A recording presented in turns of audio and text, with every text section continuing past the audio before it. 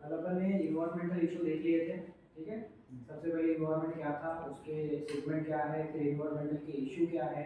Now we have to move toward the solution for the problem facing by the environment, ठीक है ना। हम possible क्या क्या सॉल्यूशन ले सकते हैं उसके ऊपर डिस्कस करेंगे।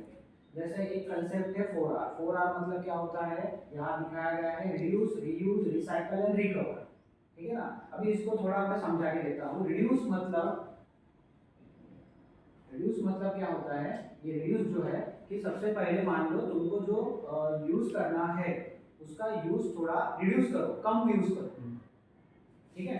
फॉर एग्जांपल एनर्जी, ठीक है, उसको यूज करना है तो कम यूज करो, ओके। उसके बाद रीयूज, उसको 10 बार यूज करो, बार बार यूज करो एक ही चीज को, ठीक है। जैसे फॉर एग्जांपल मैं अभी बताता हूँ, रिसोर्सेज, तुमको कपड़ा लेने का है, ठीक है ना। अगर तुम में ये हैबिट है कि हर महीने में तुम एक जोड़ी कपड़ा लेते जा रहे हो, तो 12 महीने में 12 हो गए। उसके बाद इतने कपड़े पहनने के लिए तो फेंक दोगे, अननेसेसरी तुम्हारे पास पैसे भरपूर है, मगर उससे क्या हो रहा है कि तुम रिसोर्सेज का इफेक्टिव यूटिलाइज कर रहे हैं क्या, नहीं। यानी तुम पैसों की बर्बादी तो कर ही रहे, मगर जो रिसोर्सेज कपड़े के बन रहे हैं किसी को पहनने को नहीं मिल रहे और तुम लोग फेंक रहे हैं। तो क्या करने का कि तुम उसको यूज कम करो। साल में 12 जोड़ी कपड़े लेने से अच्छा 6 लो, हो सके तो 4 ही लो, हो सके तो 1 ही लो। साल में एक नया कपड़ा लिया तो भी सफिशिएंट है ना, हर साल एक नया कपड़ा ले सकते हैं। इसको बोलते हैं रिड्यूस, यानी तुमने उसको क्या कर दिया, यूटिलाइजेशन उसका कम कर दिया। 12 कपड़ों की जगह अभी क्या ले रहे हैं साल में, एक ही कपड़ा। उसके बाद रीयूज, रीयूज करना बोले तो वो नए कपड़े को तुम हर फंक्शन में पहन सकते हैं, उसको तुम यूज कर सकते हैं, उसको तुम 10 बार पहन सकते हैं, ये फंक्शन में वो फंक्शन में। इसके पहले भी कोई कपड़े होंगे ना तुम्हारे पास, उसको अल्टरनेट करके पहन सकते हैं, राइट। ये एग्जांपल बस एक कपड़े का है, बाकी सब चीजें इसमें चलेंगी, ठीक है ना, कोई भी चीज को लगा सकते हैं। उसके बाद रिसाइकल, अगर वो कपड़ा आपका फट चुका है, ठीक है ना, तो आप क्या कर सकते हैं, उसको रिसाइकल कर सकते हैं। रिसाइकल मतलब वो कपड़े को आप पोछा बना सकते हैं, उस कपड़े को आप कहीं दान कर सकते हैं, या उस कपड़े का आप कहीं स्वेटर बना सकते हैं, या अपना अपना डोरमैट बना सकते हैं, बराबर है। यानी उसको रीयूज करो, रिसाइकल करो, ठीक है ना। एक रिड्यूस करो, कम यूज करो, रीयूज करो, बार बार यूज करो। इसके बाद भी अगर वो फट चुका है तो उसको रिसाइकल करो, और रिसाइकल करने के बाद उसको रिकवर करना है। रिकवर मतलब अभी ना वो पोछा बनाने के काम में है, ना डोरमैट बनाने के काम में है, ना किसी को देने के काम में है, तो फिर उसको क्या करो, रिकवर, उसमें से जो बेस्ट है वो निकाल दो, बाकी डिस्ट्रॉय कर दो। यानी वो कपड़ा तुम फैक्ट्री में अगर दे सकते हो, ऐसे कॉटन के कपड़े लेने को आती है ना घर के पास, कि तुम्हारे पास कोई से कपड़े को दो बोलते हो, उस कपड़े के ऊपर वो बर्तन देती है, तो वो कपड़े तुम उसको दे सकते हो। वो लोग क्या करते हैं, वो कपड़े को फैक्ट्री में दे देते हैं, फिर से उससे रिसाइकल करके फिर नया बनता है, इसके रिकवर करते हैं। मतलब ये 4 आर अपन यूज कर सकते हैं, ओके। अगर इससे अपन चलेंगे तो अपन इफेक्टिव यूटिलाइजेशन ऑफ रिसोर्सेज कर सकते हैं। नहीं तो है हमारे पास मस्त यूज कर रहे हैं, ऐसा नहीं करने का, समझ में आ गया। रिड्यूस, कम यूज करना, रीयूज, बार बार यूज करना, रिसाइकल, उसमें से कुछ अच्छा निकाल देने का, और रिकवर कि वो अगर किसी काम का नहीं है तो उससे फिर बाद में उसको डिस्पोज करने से पहले जो काम की चीजें वो निकाल के बाकी सब डिस्पोज कर सकते हैं, राइट। जैसे फॉर एग्जांपल आपकी मोबाइल है, मोबाइल आप लास्ट में क्या करते हो, सेकंड हैंड बेच देते हो, या कोई मोबाइल खराब भी हो गया तो फेंक ही देते हो। पर उसके पहले उसको अगर रिकवर करना है तो अपन क्या करते हैं, एक्सचेंज ऑफर में डालते हैं। फिर एक्सचेंज ऑफर वाला क्या करता है वो कंपनी, कि उसमें से जो अच्छा पार्ट है वो रखता है, जो गया है उसमें नया पार्ट डाल के रिफर्बिश मोबाइल बनाते हैं, ऑनलाइन पे मिलते हैं अमेज़न में। तो वो होता है रिकवर करना, वो उस मोबाइल से वो चीजें रिकवर करती है, ये सब उसमें होता है, ओके। नहीं तो हर महीने में एक मोबाइल, हर साल में एक मोबाइल लेने की कोई जरूरत नहीं, 5 साल एक मोबाइल चल सकता है ना। लोगों का अभी फैड हो चुका है, हर साल में एक नया मोबाइल लेते हैं। जैसे ही नया मोबाइल लॉन्च हुआ, i12, i13, i14, i15, भाई वो आई है, सब एप्पल ये सब एक जैसे ही रहेंगे, नहीं पर मेरे को हर नए साल में नया मोबाइल होगा, तो वो गलत है।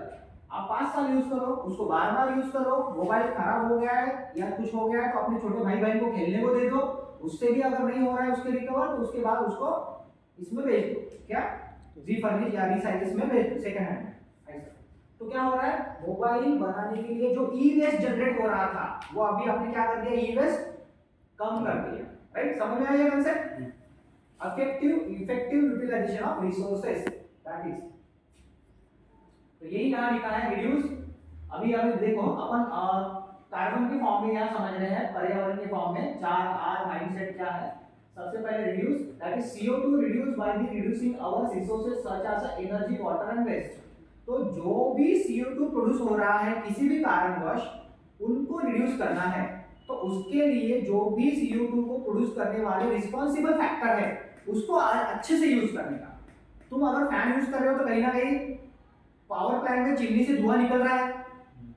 तुम अगर कम फैन यूज करोगे तो कंजम्पशन कम होगा, कंजम्पशन कम होगा तो वो जनरेशन कम करेगा, क्योंकि वो डिमांड पे डिपेंड करता है ना कितना जनरेशन करने का है। अगर उसकी पीक वैल्यू ज्यादा है डिमांड की तो वो ज्यादा जनरेट करेगा। अगर किसी एरिया की पीक वैल्यू कम है, सब लोग अच्छे हैं, माइंडसेट उनका अच्छा है, एनर्जी सेव करने वाले लोग हैं, तो वहां की पीक वैल्यू कम हो जाएंगी, तो वो जनरेशन भी कम कर देगा, तो कार्बन उतना कम प्रोड्यूस होगा, कोयला उतना कम जलेगा। समझ में आया? That is CO2। उसके बाद reuse, supply delivery in the reusable plastic tray or IBC pallets and plus reuse the any by product and surplus।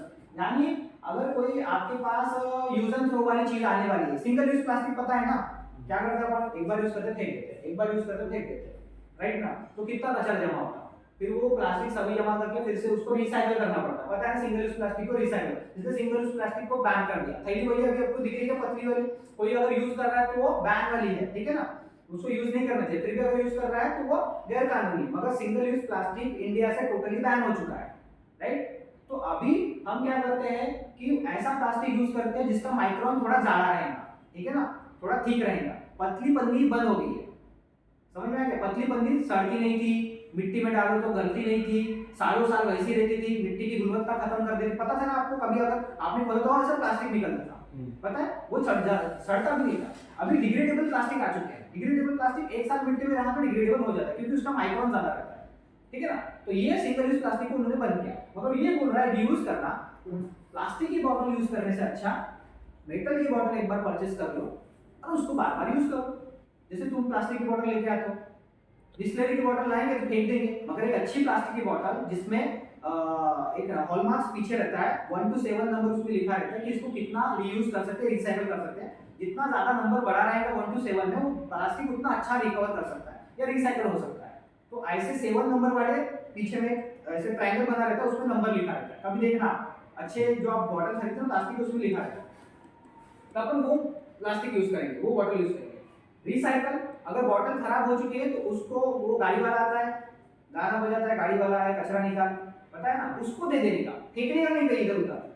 जैसे अपने कॉलेज में क्या है, 2 रिसाइकल बैन रखे हैं अपन ने, ई वेस्ट वाला है, कलेक्ट होते हैं, और हर वेडनेसडे को अपन प्लास्टिक कलेक्ट करते हैं। फिर वो प्लास्टिक जो सब लोग तुम्हारे घर में हफ्ता भर से कलेक्ट होता है, वो तुम वेडनेसडे में आके वो डस्टबिन में डालते हो सब लोग, फिर वो प्लास्टिक वो लेके जाते हैं फैक्ट्री में, और फैक्ट्री में उस प्लास्टिक से फर्नीचर बनाते हैं, जो अपने कॉलेज में पड़ा हुआ है, ठीक है, अपने कॉलेज में पड़ा हुआ है फर्नीचर। तो ये अपना हो गया था रिसाइकल, अपन वो प्लास्टिक से फर्नीचर बना, that is we are going to recycle that plastic, ठीक है। तो रिसाइकल में रिसाइकल प्लास्टिक भी आ रहा है, कार्डबोर्ड भी आ रहा है, पेपर भी आ रहा है, मेटल भी आ रहा है, वुड भी आ रहा है, फूड भी आ रहा है। तो ये जो कार्डबोर्ड, प्लास्टिक, मेटल, वुड और फूड है, उसको तुमको क्या करना है, रिसाइकल करने का है ना। खाना अगर शादी में बच जाता है तो अपन फेंक देते हैं, जितना खाना है आप खा लो, उसके बाद पहले तो खाना कभी बनाओ,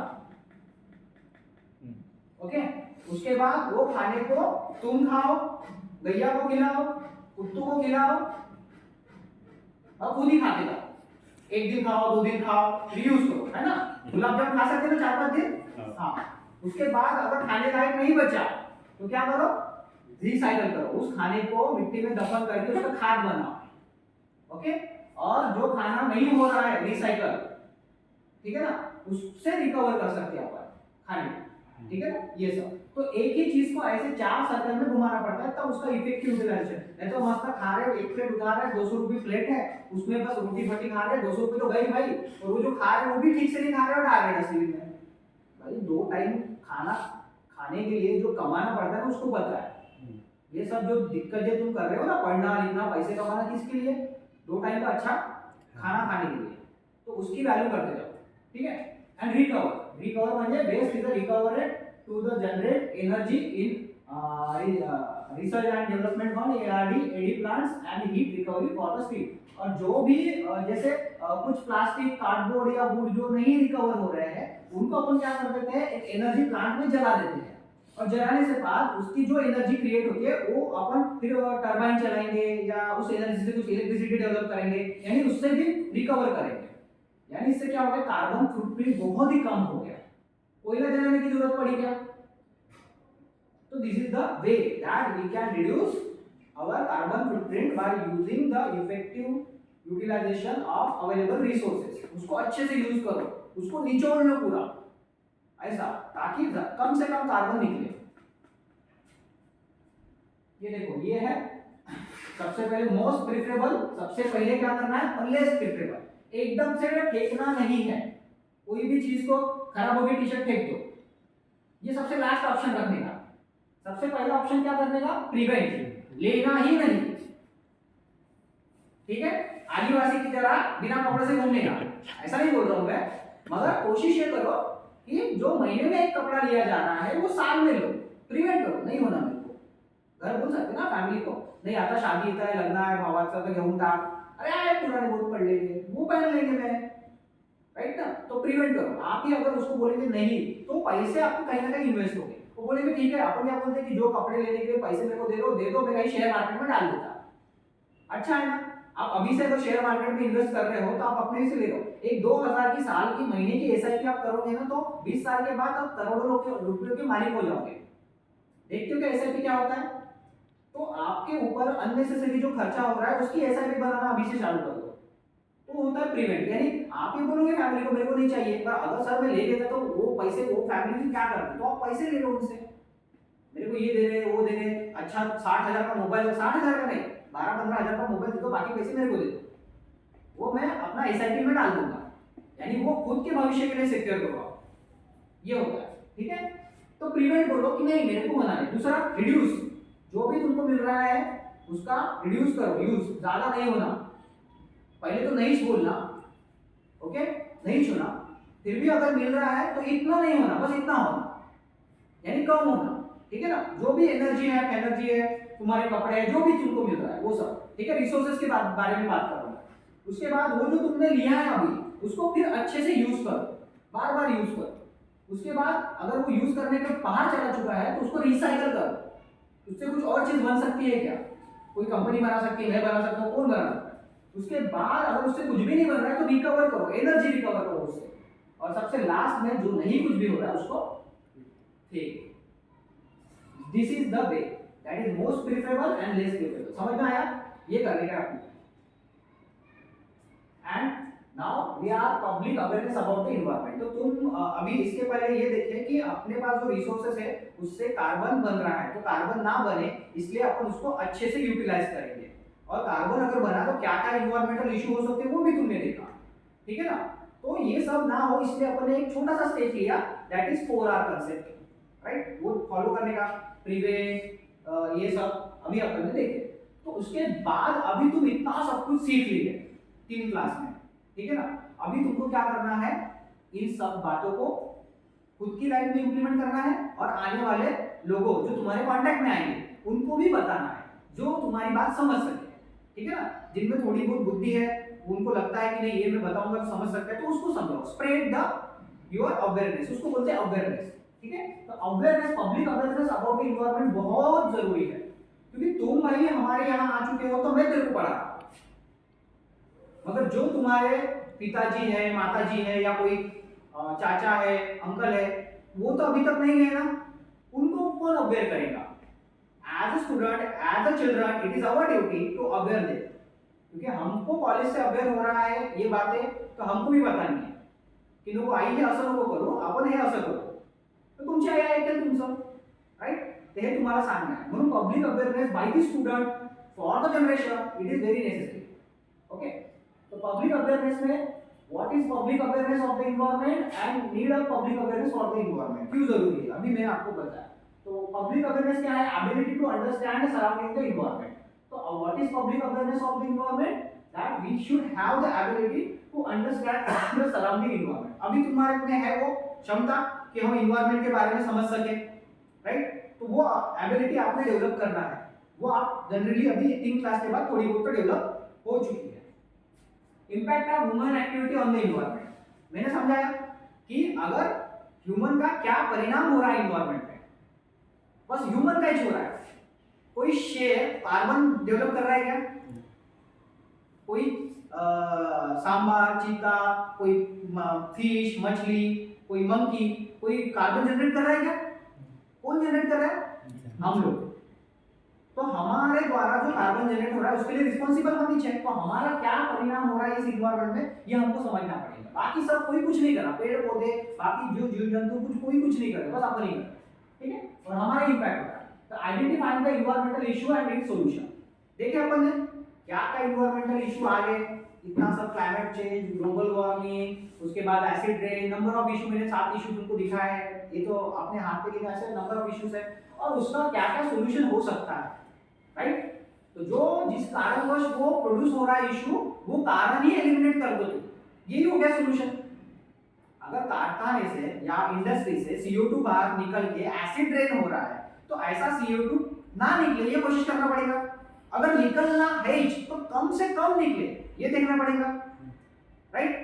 और हो सके तो वो इंडस्ट्री को रिप्लेस करने वाली कोई इंडस्ट्री है क्या जिसका कार्बन फुटप्रिंट बिल्कुल जीरो है, नेट जीरो, राइट। जैसे कोई इंडस्ट्री गाड़ी बना रही है पेट्रोल और डीजल की, तो उसका कार्बन फुटप्रिंट में कंट्रीब्यूशन है, क्योंकि वो खुद तो गाड़ी बना रही है, मगर वो गाड़ी जब रास्ते पे चलेगी वो भी पेट्रोल और डीजल की पे चलने वाली, तो वो भी अपना धुआं छोड़ेगी। तो उसका अल्टरनेट सॉल्यूशन क्या है कि तुम ऐसी इंडस्ट्री बनाओ जो इलेक्ट्रिक व्हीकल बने। अभी आप बोलेंगे सर इलेक्ट्रिक व्हीकल क्या पोल्यूशन नहीं करती है? करती है, क्योंकि इलेक्ट्रिक व्हीकल को भी तो चार्ज करना पड़ता है ना, और चार्जिंग को लगती है इलेक्ट्रिसिटी, और इलेक्ट्रिसिटी कहां से आती है? पावर प्लांट से, और पावर प्लांट धुआं छोड़ता है, राइट। मगर उसका carbon footprint as a petrol diesel से कम रहेगा, ठीक है। फिर अपन क्या करेंगे, ऐसे पावर प्लांट बनाएंगे जो बिल्कुल भी धुआं ना छोड़े। यही हो गया अभी सॉल्यूशन लास्ट में। तो सोलर प्लांट है, वाइंड प्लांट है, जियोथर्मल प्लांट है, ऐसा नंबर ऑफ प्लांट है जिसकी फिलहाल तो अपने पास उतनी टेक्नोलॉजी नहीं है जितना अमाउंट ऑफ एनर्जी अपन निकाल सके, मगर आने वाले जनरेशन में हमारे पास वो अवेलेबल हो जाएंगी टेक्नोलॉजी, जिसमें अपन मैक्सिमम एरिया, अभी कैसा सोलर प्लांट का हमको बहुत सारे एरिया चाहिए तब जाके वो उतना एनर्जी डेवलप करता है, जबकि थर्मल पावर प्लांट में छोटे से एरिया में अच्छा खासा एनर्जी डेवलप होता है। तो चैलेंजिंग अपने पास टास्क क्या है, एरिया बहुत बड़ा लगता है। दूसरी बात सोलर होना अपने को, अगर कहीं बारिश आ रही है, धूप हो रहा है, धूप नहीं है, तो जनरेशन मिलेगा अपने को? नहीं मिलेगा। तो ये चैलेंज है। तो कैसे कम से कम लाइट में मैक्सिमम एनर्जी डेवलप की जाए, ये चैलेंज है। तो उसके लिए अपने को टेक्नोलॉजी डेवलप करनी पड़ेगी। फिलहाल तो है चैलेंज, मगर कर सकते, वही तो तुम्हारा काम है। अगर तुमने ऐसा प्लांट बना दिया, सोलर पैनल, ऐसा सोलर पैनल बना दिया जो बहुत कम रोशनी में बहुत अच्छी इलेक्ट्रिसिटी डेवलप करके दे सकता है, तो मार्केट में तुम्हारे पैनल हाथों हाथ खरीदे जाएंगे, हो गया तुम्हारा स्टार्टअप एकदम सेट। तो ये सोचना पड़ेगा। इससे दो चीजें आपकी होगी, एक तो आप पैसे भी कमा रहे हैं, आपका नाम भी हो रहा है, और दूसरा आप इन्वायरमेंट को पोल्यूशन फ्री करने में क्या कर रहे हैं, कंट्रीब्यूट कर रहे हैं। समझ में आया? उसके बाद कन्वे दैट सॉल्यूशन, जो भी सॉल्यूशन है, to the others through the education, information, campaigning and media coverage. अभी आपको सॉल्यूशन पता चल गया, तो आप खुद उस पर काम कीजिए, या किसी कंपनी को जाके बताइए। आपको लग रहा है कि मेरे पास इतना पैसा नहीं है कि मैं कंपनी डाल सकता, तो उसको बताइए सर मेरे पास पूरा आइडिया है, मेरे पास पूरा मॉडल है, मेरे पास पूरा प्रोजेक्ट है, सब है, आप बस पैसे लगा दीजिए, मैं आपको बना के देता हूँ। इतना करना पड़ता है, ठीक है ना। तो ये सब उसमें होता है। तो what is public awareness of the environment and need of public awareness. देख रहे हैं कि क्यों हमको जरूरी है, ये सब करने की जरूरत क्यों है। जो मैंने बताया कि अगर पृथ्वी है तो हम है, सीधी सी बात। अगर पृथ्वी नहीं बचेगी तो हम लोग नहीं बचेंगे, तो उसको बचाना बहुत जरूरी है। Okay, the goal of sustainable development can not be achieved by any government until public has participate role in it, participatory role in it. कि बस गवर्नमेंट का काम नहीं है सस्टेनेबल डेवलपमेंट करने का, है गवर्नमेंट पॉलिसी लानी वही देखेगी, ऐसा नहीं होता। उस पृथ्वी पे गवर्नमेंट के साथ साथ इस देश में अपन भी रह रहे हैं ना, तो ये अपना भी रोल है, अपने को भी इक्वली पार्टिसिपेट करना पड़ेगा। अगर उन्होंने बोला कचरा रास्ते पे नहीं फेंकना है, तो 2-3 साल कैंपेन अच्छा चला, अभी आपको दिख रहा है ना, अपना कैंपस हो बाहर हो, कहीं ना कहीं लोग अभी डस्टबिन में कचरा डाल रहे हैं। 50% लोग अवेयर थे, पहले तो 100% ही अवेयर नहीं थे भारत में, कहीं भी कचरा होता था। अभी गाड़ी वाला आ रहा है घर के पास, कचरा इधर उधर नहीं डालना, झंडी वंडी दिख रही है तुमको अभी? पहले थी ना कचरा कलेक्ट करने की एक जगह जगह बनी हुई रहती, जहां सब लोग जाके कचरा डाल देते थे, राइट ना। अभी पूरी बंद हो गई है, उसकी जगह पार्क बना दी उन लोगों ने कि ना रहेगा बास ना बनेगी बास होगी, यानी वो झंडी वाली सिस्टम ही बंद हो गई। जहाँ कचरा डाला जाता था, डिस्पोजल जगह रहती ना कचरा डालने के लिए, वार्ड वार्ड में एक जगह बनी हुई रहती, वो बंद कर दी, यानी घर तक कचरा लेने के लिए लोग आ रहे हैं। आपका भी दायित्व है कि आप जैसे अपने घर को क्लीन रखते हैं, कचरा हमेशा डस्टबिन में डालते हैं, तो बाहर आके आपको क्या हो जाता है, गार्डन में क्या हो जाता है, अपने कैंपस में क्या हो जाता है। आप अगर एक छोटी कोई चीज भी खा रहे हैं, चॉकलेट की रैपर भी है, तो उसको कचरा डस्टबिन में डाल सकते हैं ना, क्लास में नहीं फेंकना है। यही आदत अगर हम लगा दे तो हमारे बच्चों में भी वही आदत लगेगी, उनको अपन बता सकेंगे, तो ये कचरा मुक्त हो जाएगा भारत, राइट। तो ये होता है पब्लिक अवेयरनेस और उसमें पार्टिसिपेट करने की तरीका। गवर्नमेंट ने पॉलिसी बनाई that we should make the India garbage free, कचरा मुक्त भारत हमको बनाना है भारत को, ठीक है ना। तो उसमें उन्होंने पॉलिसी बना दी, सब कर दिया, आपके घर तक वो घंटा गाड़ी में लेके आ रहे हैं, मगर आप वो कचरा उसमें डाल ही नहीं रहे, तो फिर होगा क्या? तो अपना भी उतना कंट्रीब्यूशन होना चाहिए, राइट।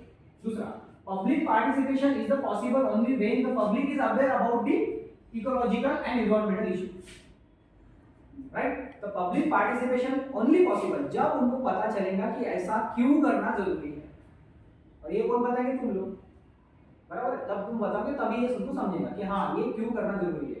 इन्होंने रूल तो निकाल दिए, तो क्यों हम कचरा गाड़ी में ही कचरा डालें? तो कहाँ डालेंगे? अभी ये नेसेसरी हो गया इसलिए वो डालते हैं, अगर उनको घर के पास कोई झंडी बना के दो ना तो अभी सभी लोग वही कचरा डाल देंगे। रियलिटी है, उन्होंने पूरी झंडी गायब कर दी, वहां से कचरा डालने का डिस्पोजल जगह निकाल दी, तब जाके अभी उनको कचरा डालने की जरूरत। अभी एक दो दिन कचरा गाड़ी नहीं आने दो तुम्हारे घर की तरफ, तुम्हारे बाल्टी में कितना कचरा जमा हो जाता है, बराबर है। फिर वो तुम उसको गाली देते हो, भाऊ तू 2 दिवस में आला आम्ही एवढा कचरा पकड़ देऊ, बातें करते ना। ये होता है, यानी वो कंपलसरी इसलिए आप कर रहे हैं, ऐसा ही कंपलसरी बनाना पड़ता है इंडिया में। इंडिया में विलिंगली कोई भी लोग काम नहीं करते, 10% भी लोग नहीं है जो विलिंगली काम करेंगे कि नहीं मैं सामने आके करूंगा, नहीं। जब तक तुम कड़क नियम कानून नहीं बनाते तब तक लोग काम नहीं करते। कचरा डालने में फाइन लगेगा, ओपन डेफिकेशन फ्री अगर भारत को करना है तो उसके लिए फाइन ठोकना पड़ता है, नहीं तो हर कोई नदी के किनारे जाके सवेरे सवेरे क्या कर देता था, बराबर है ना, प्रसाधन गृह होते हुए भी वो वहां जाके हक देता था। तो उसके लिए उन्होंने फाइन लगाया। अभी झटपट नदी पे जाके आप बैठो ना, 500 रुपए फाइन है, दिखता क्या अभी कोई करते हुए? क्योंकि हर घर शौचालय उन्होंने दिया है, यानी सबसे पहले बेसिक रूल पे काम करना। वो क्या बोलेगा, सर मेरे घर में संडास ही नहीं तो मैं कहाँ जाके हूँ, तो उन्होंने हर घर में पहले दे दिया संडास। अभी तू ये नहीं बोल सकता कि तू मेरे घर में नहीं है करके, राइट। तेरे घर में है, अभी तू अगर इधर किया उसने गड़बड़ तो तेरे को 500 रुपए फाइन लगेगा। ये रहता है सर्विस, ये रहता है पॉलिसी, ऐसे इंप्लीमेंट किया जाता है, राइट। तो this is the creative campaign idea for the earth day. और अर्थ डे उन्होंने रखा है जैसे डिस्प्ले योर ग्रीन प्रोडक्ट, जो ग्रीन प्रोडक्ट है उसको डिस्प्ले करो, ऐड अ सॉल्यूशन, उसके बाद host join the earth day event, उस पे आप ज्वाइन कर सकते हो। पर्यावरण रैली निकलती है, पता है 10वीं तक के बच्चों की, वो क्यों निकाली जाती है? ताकि अवेयरनेस फैले।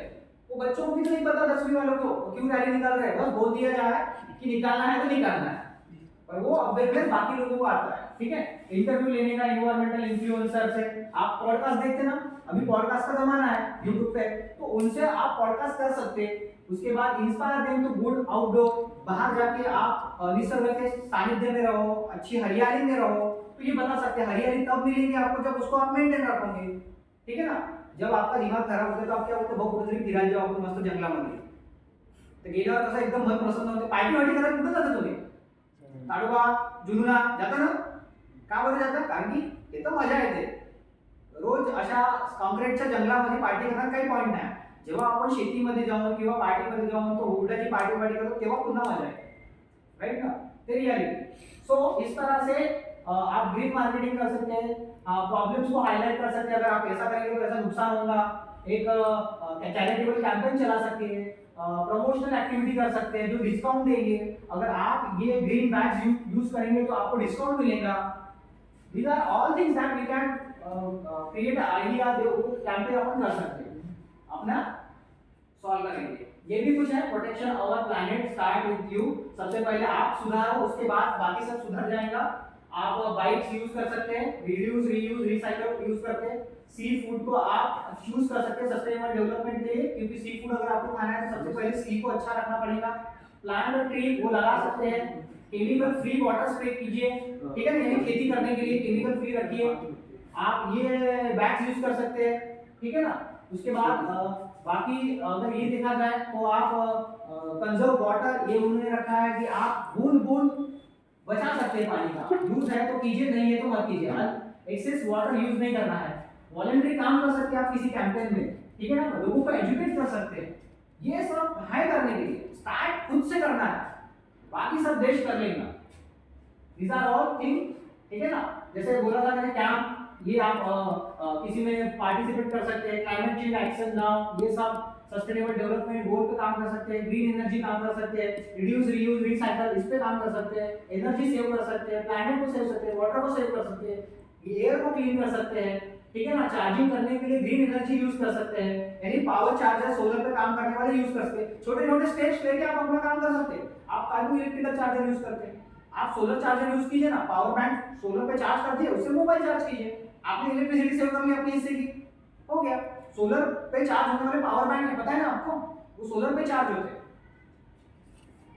तो इस तरह से अगर हम कंक्लूजन पे आए आज, तो इसमें क्या बताया जा रहा है, देखो ये पूरे फर्स्ट चैप्टर जो है एनवायरनमेंट का, उसके पूरा सार या पूरा समरी अगर आपको समझना है तो क्या है कि overall if we want to solve the environmental issue then it is required a collective effort from government to individual।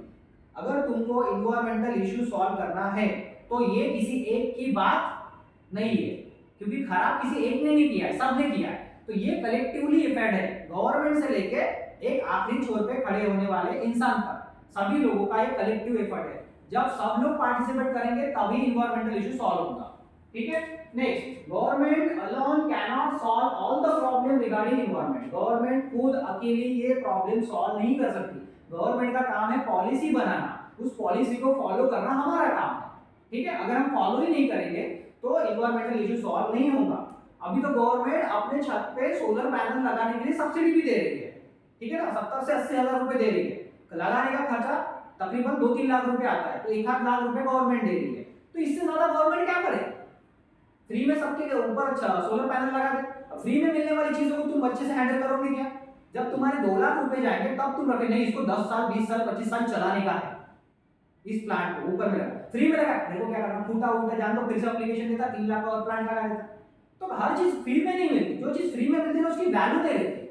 जैसे कॉलेज में फ्री एजुकेशन नाम से एजुकेशन मिल रहा है तुमको, तो उसकी वैल्यू नहीं है, मगर वही कोर्स तुमको 1 लाख रुपए देके मार्केट में जब करना पड़ेगा ना, तब वहां प्रेजेंटली पूरी रहेगी। समझ में आया? तब वहां पूरा रेगुलर क्लास होगा, क्योंकि तुमने पैसे दिया है। इसलिए सब्सिडी दे सकती है गवर्नमेंट अच्छे ग्रीन कामों के लिए, ठीक है ना। तो ग्रीन एनर्जी डेवलपमेंट के लिए सोलर प्लांट लगा रही है अपनी इंडिया में, उसके लिए आपके घर में अगर आपको लगाना है तो 3 लाख रुपए खर्चा आता है, उसमें 1 लाख रुपए गवर्नमेंट देती है, 2 लाख आप बचा सकते हैं, ठीक है। 2 लाख रुपए आप प्लांट लगा सकते हैं और 10 साल में आप पूरा एनर्जी फ्री हो जाएंगे, और आने वाले 15 साल तक आपकी सेविंग रहेगी। 25 साल तक एक प्लांट चलता है सोलर प्लांट, ठीक है। तो कोशिश कीजिए जिनको पॉसिबल है घर में छत है वो लगाने की कोशिश कीजिए, और अपने अपने जो रिलेशन में है आपके रिश्तेदार उनको भी बताइए। And solving environmental issue is essential for creating sustainable future for us and our future generation. और ये सॉल्व करना एनवायरमेंटल इशू बहुत जरूरी है। अगर आपको इस पृथ्वी को बचाना है, खुद को बचाना है, इसमें सस्टेन रहना है, लॉन्ग टर्म तक जीना है, तो आपको ये एनवायरमेंटल इशू सॉल्व करना ही पड़ेगा, अदरवाइज कोई दूसरा उस पे मार्ग नहीं है, कोई सॉल्यूशन नहीं है, ठीक है। And so that we can continue to enjoy benefit of healthy environment, तभी हम हेल्दी रह सकते हैं, और हम हेल्दी है तो हम वेल्दी भी बन सकते हैं, ठीक है। अगर हमारा आरोग्य, हमारा शरीर, हमारी तबीयत अगर ये खराब हो गई तो हम कैसे पैसे कमाएंगे और कैसे अच्छी जिंदगी जिएंगे? तो हेल्दी रहना सबसे ज्यादा जरूरी है। कोई चीज पैसे कमाने के पीछे इतना पागल हो जाता है कि अपनी हेल्थ खराब कर देता है, फिर वो पैसों से अपनी हेल्थ सुधारता है, इक्वल क्या हो गया, जीरो, नेट जीरो। उससे अच्छा पहले अपनी हेल्थ को अच्छा इंप्रूव करो, और हेल्थ को इंप्रूव करने के लिए एनवायरनमेंट को इंप्रूव करो, right. So this is from my side, और यहाँ अपना यहाँ ये खत्म हो जाता है, ठीक है। तो ये फर्स्ट चैप्टर था जिसमें ये खत्म हो गया है।